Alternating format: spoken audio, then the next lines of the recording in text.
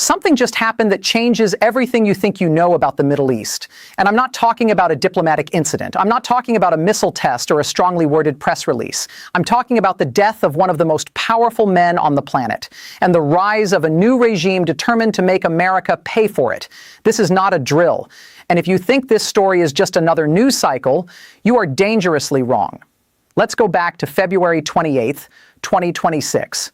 In the early hours of the morning, the United States and Israel launched a joint military operation against Iran.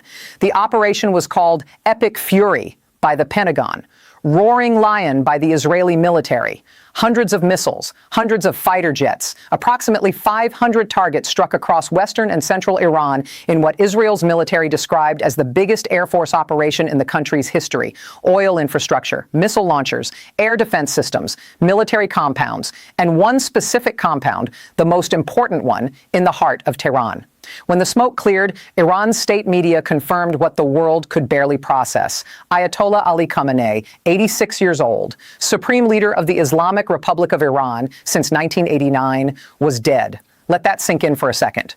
Khamenei had been in power for 37 years. He survived the Iran-Iraq War. He survived sanctions. He survived assassination plots. He survived the 2009 Green Movement, the 2019 protests, the 2022 uprising. He presided over Iran's nuclear program reaching the edge of weapons-grade enrichment. He outlasted 4 American presidents. And in one night, he was gone. But here is what the media is glossing over. Here is what the talking heads on cable news are not telling you. The death of Khamenei was not the end of anything. It was the beginning of something far more dangerous. Within hours of the strike, the Iranian government announced 40 days of national mourning. The IRGC, the Islamic Revolutionary Guard Corps, designated as a terrorist organization, remained intact. The regime's propaganda apparatus did not collapse. It accelerated, and within days, a new supreme leader was confirmed, Mojtaba Khamenei, the 56-year-old son of the assassinated Ayatollah. Think about what that means for a moment. Iran did not crumble. Iran did not negotiate. Iran did not ask for a ceasefire. Iran promoted the dead Ayatollah's own son, a man who has operated in the shadows for years, pulling strings, accumulating power, and handed him the most dangerous seat in the most volatile region on earth. And the first thing Mojtaba Khamenei did as supreme leader was issue a statement.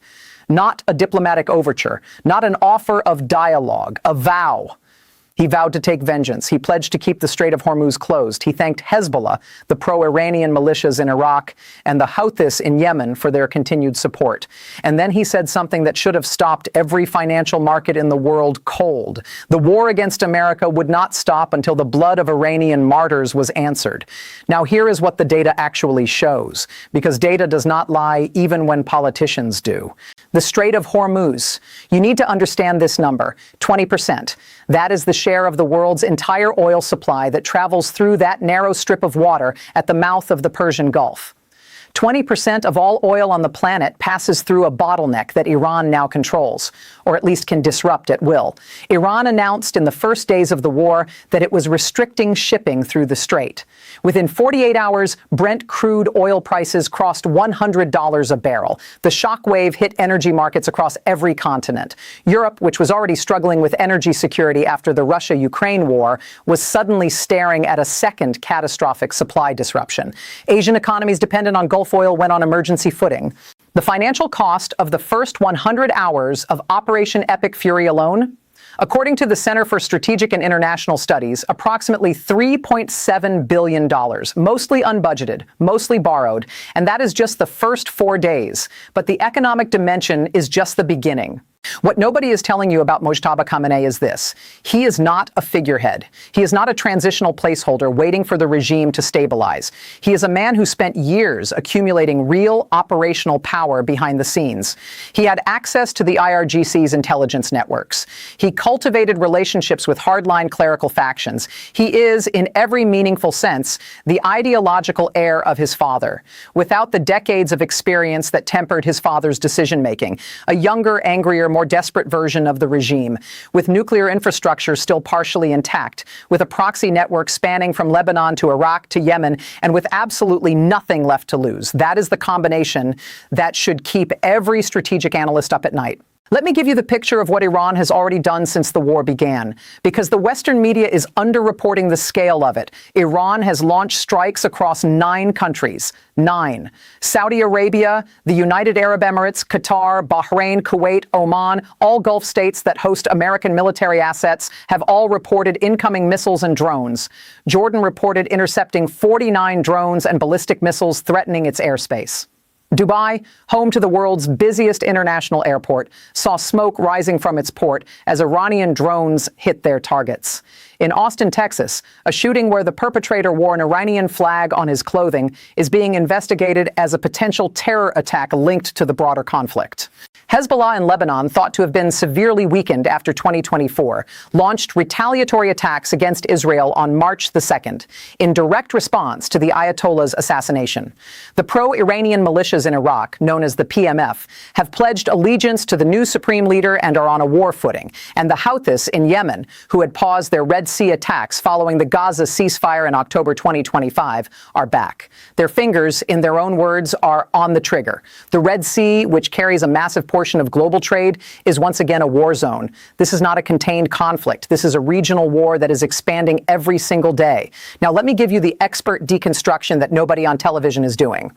Here is why this war is fundamentally different from June 2025.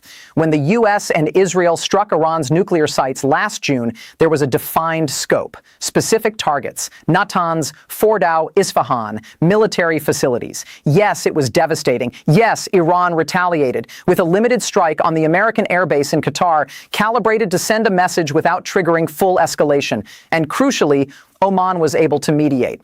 The conflict ended on June 24, 2025, after intense diplomatic work. There was an off-ramp. There was a mechanism for de-escalation. This time, there is no off-ramp.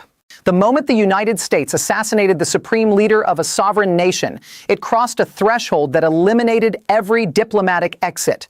You cannot negotiate the resurrection of Ayatollah Khamenei. You cannot unkill the supreme leader. The new regime's entire legitimacy now rests on the narrative of martyrdom and vengeance. If Mojtaba Khamenei were to negotiate with the Americans right now, he would be seen as a traitor to his father's blood. That is not a political calculation. It is a structural impossibility built into the regime's own theology. Which brings us to the climax, the moment that explains everything. Think about what Mojtaba Khamenei's first broadcast actually was. He did not appear on camera. A photograph of him was placed on the television screen. Another voice read his words aloud. And yet, that statement, delivered without his physical presence, in the middle of a war with bombs still falling, was heard by every military commander in the region, every proxy militia leader, every Houthi commander in Yemen, every Hezbollah operative in Lebanon. It was a signal, not of weakness, of continuity, of the message that the regime cannot be killed even when its leader is. Iran is operating on a single principle right now. If it goes down, it brings others down with it. The Strait of Hormuz closure is not just a military tactic. It is a message to the entire global economy. The strikes on Gulf airports and oil fields are not miscalculations. They are deliberate signals to America's regional allies. Your American protectors cannot shield you. The threats to confiscate assets of Iranians living abroad who cooperate with the U.S., that is about internal control and regime survival. Everything happening right now is calculated. Brutal, yes. Desperate, perhaps, but calculated. Now let me give you the scenarios because this is where it gets real. Scenario 1, regime collapse and power vacuum. The sustained U.S.-Israeli campaign kills enough of the IRGC leadership and top clerics that the regime fractures. Internal divisions between hardliners and those willing to negotiate create a power struggle. This is the scenario Trump appears to be betting on. The risk, a power vacuum in Iran, is not a democracy. It is a failed state with nuclear infrastructure, active proxy networks across the Middle East, and a population that, according to a Gaman report from August 2025, is 80% opposed to the current Islamic Republic, but deeply divided on what replaces it. A collapsed Iranian state could be more dangerous than a functional one. Scenario 2, prolonged war of attrition. Neither side achieves a knockout blow. Iran continues striking U.S. assets and regional infrastructure. The U.S. continues striking Iranian military and political targets. Oil stays above $100 a barrel for months.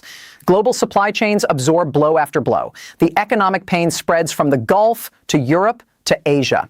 This is the scenario that most analysts at institutions like Chatham House and the Brookings Institution consider most likely in the short term. Neither side has a clear victory condition. Neither side has an exit strategy. Scenario 3, IRGC takes full control. With the clerical leadership decimated, the Islamic Revolutionary Guard Corps, which already controls a massive portion of Iran's economy and military infrastructure, consolidates power. Iran becomes, in effect, a military junta with nuclear ambitions. This would be a profound transformation of the regime, but not a collapse. And from an American strategic perspective, dealing with a militarized IRGC in control of Iran's levers of power is arguably worse than dealing with the clerical structure that existed before. Scenario 4, Houthi escalation tips the Red Sea into full crisis. If the Houthis fully re-enter the war, not just with symbolic strikes, but with a sustained campaign against Red Sea shipping, global trade faces its worst disruption since the Suez Canal crisis. Container shipping costs spike. European and Asian consumers feel the impact within weeks. The political pressure on Western governments to find an exit from the conflict becomes overwhelming. And Iran, paradoxically, gains leverage precisely through the chaos it can generate without committing more of its own forces. What is happening in Iran right now is not just a story about missiles and drones and oil prices. It is a story about the end of the old order in the Middle East. For decades, the structure was stable in its instability. A supreme leader in Tehran, a network of proxies kept at arm's length, occasional flare-ups contained by diplomacy. That structure is now gone. The assassination of Khamenei did not liberate Iran. It removed the last moderating element in a regime built entirely on the theology of resistance and martyrdom. And now his son, angrier, less experienced, with nothing left to prove to his father and everything to prove to history, sits in the most dangerous seat in the world. The international community is watching in real time as the United Nations Security Council meets in emergency session, calling the Iranian strikes across the Gulf a breach of international law and a threat to international peace and security. The Secretary General of the United Nations warned of a chain of events that no one can control in the most volatile region of the world. That is not diplomatic language. That is the sound of institutions that were built to prevent world wars admitting that they cannot stop this one. Here is the lesson that this moment is teaching us, the thing that reaches beyond Iran, beyond this specific conflict, beyond this specific year. When you remove the head of a regime without a plan for what replaces it, you do not create a vacuum. You create pressure. And pressure in geopolitics, as in physics, does not disappear. It finds another outlet. Right now, that outlet is a new supreme leader vowing vengeance, an IRGC with no reason left for restraint, a proxy network from Beirut to Sana'a on a war footing, and a global economy holding its breath every time a tanker tries to pass through a 33-kilometer-wide strait at the bottom of the Persian Gulf. This is the world we are in now, and the question is not whether you are following it. The question is whether you understand it deeply enough to see what comes next before it arrives. If you made it to the end of this video, you are not the kind of person who consumes news passively. You are the kind of person who wants to understand the architecture beneath the headlines. That is exactly the audience this channel exists for. Subscribe. Not because I asked you to, but because the next 90 days in the Middle East are going to be the most consequential in a generation. And you are going to want to be here when I break down what happens next. Leave your scenario in the comments. Which one do you think plays out? 1, 2, 3, or 4? Let's talk.